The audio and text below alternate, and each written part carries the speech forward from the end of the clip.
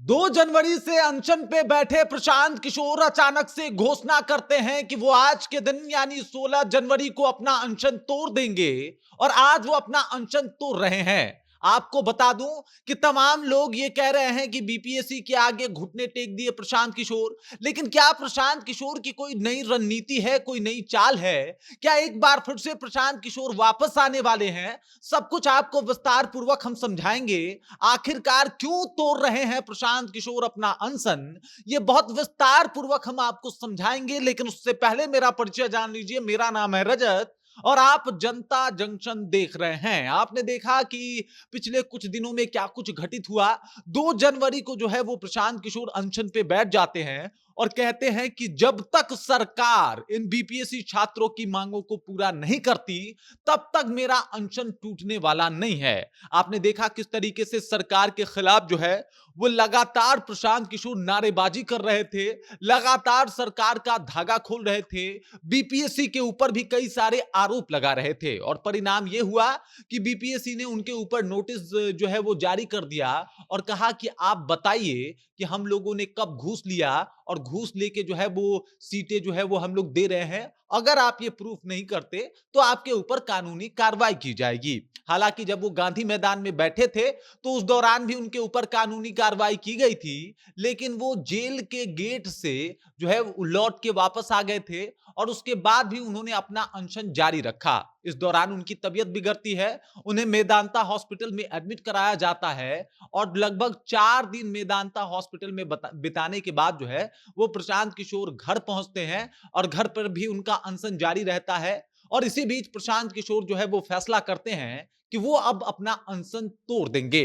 अनशन तोड़ने के पीछे की जो कहानी है वो कुछ लोग ये बता रहे हैं, जो राजनीति के ज्ञाता हैं, कि प्रशांत किशोर के ऊपर जो है उनके पार्टी के लोग लगातार ये प्रयास कर रहे थे, लगातार अपनी बात मनवाने की कोशिश कर रहे थे कि प्रशांत किशोर जो है वो अपना अनशन तोड़ दें। उधर डॉक्टर लोग भी प्रेशर बना रहे थे कि अगर आप अनशन नहीं तोड़िएगा तो आपकी हालत दिन ब दिन खराब होती जा रही है, आपका इम्यून सिस्टम जो है वो कमजोर होता जा रहा है और इसकी वजह से आपको और भी ज्यादा खतरा का सामना करना पड़ सकता है और इस वजह से आपको अनशन तोड़ देना चाहिए। उधर बिहार के नए राज्यपाल आरिफ मोहम्मद खान ने भी गुजारिश की थी प्रशांत किशोर से कि आप अपना अनशन तोड़ दीजिए, कोई दिक्कत की बात नहीं है, हम लोग इसकी जांच की जहां तक बात है हम लोग कोशिश कर रहे हैं। लेकिन इन सब के बीच में भी सरकार की तरफ से कोई प्रतिक्रिया नहीं आती है।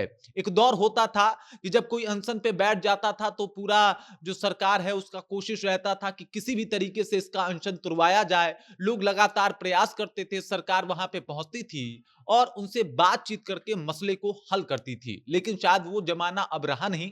प्रशांत किशोर के तमाम अनशन करने के बावजूद भी सरकार की तरफ से कोई नहीं पहुंचता, उनके अनशन को तुड़वाने का कोई प्रयास नहीं करता। तो आखिरकार जब सरकार की तरफ से कोई प्रतिक्रिया नहीं आती है तो आखिरी आखिरी में प्रशांत किशोर को अपने प्रियजनों का बात मान के अनशन तोड़ना पड़ता है। आपको बता दूं कि बीपीएससी स्टूडेंट भी लगातार यही कह रहे थे कि आपको अनशन तोड़ लेना चाहिए। रही बात ये धरना की, तो हम धरना देते रहेंगे। धरना के ऊपर जो है वो हम लोग एकदम टस से मस नहीं होने वाले, पीछे नहीं हटने वाले। इधर देख लीजिए एग्जाम हो गए हैं और 10 से 15 दिन में रिजल्ट भी आने वाले हैं, इसकी भी बातें चल रही है। ये सब कुछ इतना तेजी से हो रहा है कि आंदोलन और प्रशांत किशोर की क्रांतिकारी गतिविधियां जो है वो कहीं पीछे छूटती हुई नजर आ रही है। मतलब प्रशांत किशोर के मुद्दे को उतना ज्यादा तवज्जो नहीं मिल रहा, लेकिन उसके बाद भी प्रशांत किशोर एक मुद्दा तो जरूर है। मतलब आप इस बात को समझिए कि बिहार में विधानसभा का चुनाव होने वाला है और चुनाव से पहले एक मुद्दा कि बीपीएससी के छात्रों के साथ क्या हुआ, ये बहुत बड़ा मुद्दा तो जरूर हो सकता है। वहीं अगर प्रशांत किशोर की बात की जाए तो आज वो अपना अनशन अपने प्रियजनों के साथ, अपने कार्यकर्ताओं के साथ तोड़ने वाले हैं और इसके साथ ही वो मीडिया से बातचीत करके ये बताने भी वाले हैं कि उनका नेक्स्ट स्टेप, नेक्स्ट प्लान क्या होने वाला है।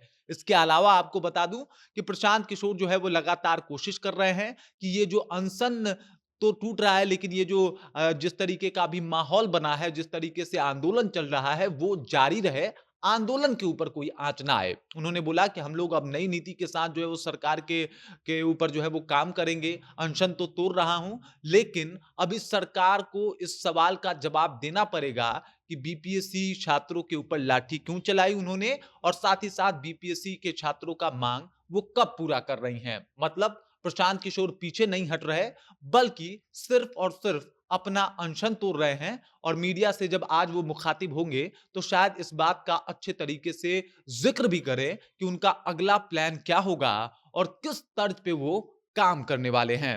बाकी इस खबर को लेके, इस जानकारी को लेके, प्रशांत किशोर को लेके, उनके अनशन को लेके आप क्या सोचते हैं? आपके ज़हन में क्या कुछ चल रहा है? कृपया कमेंट कीजिए और अपना जो भी विचार है वो हमारे साथ साझा कीजिए। बाकी आप देख रहे हैं जनता जंक्शन और मेरा नाम रजत है।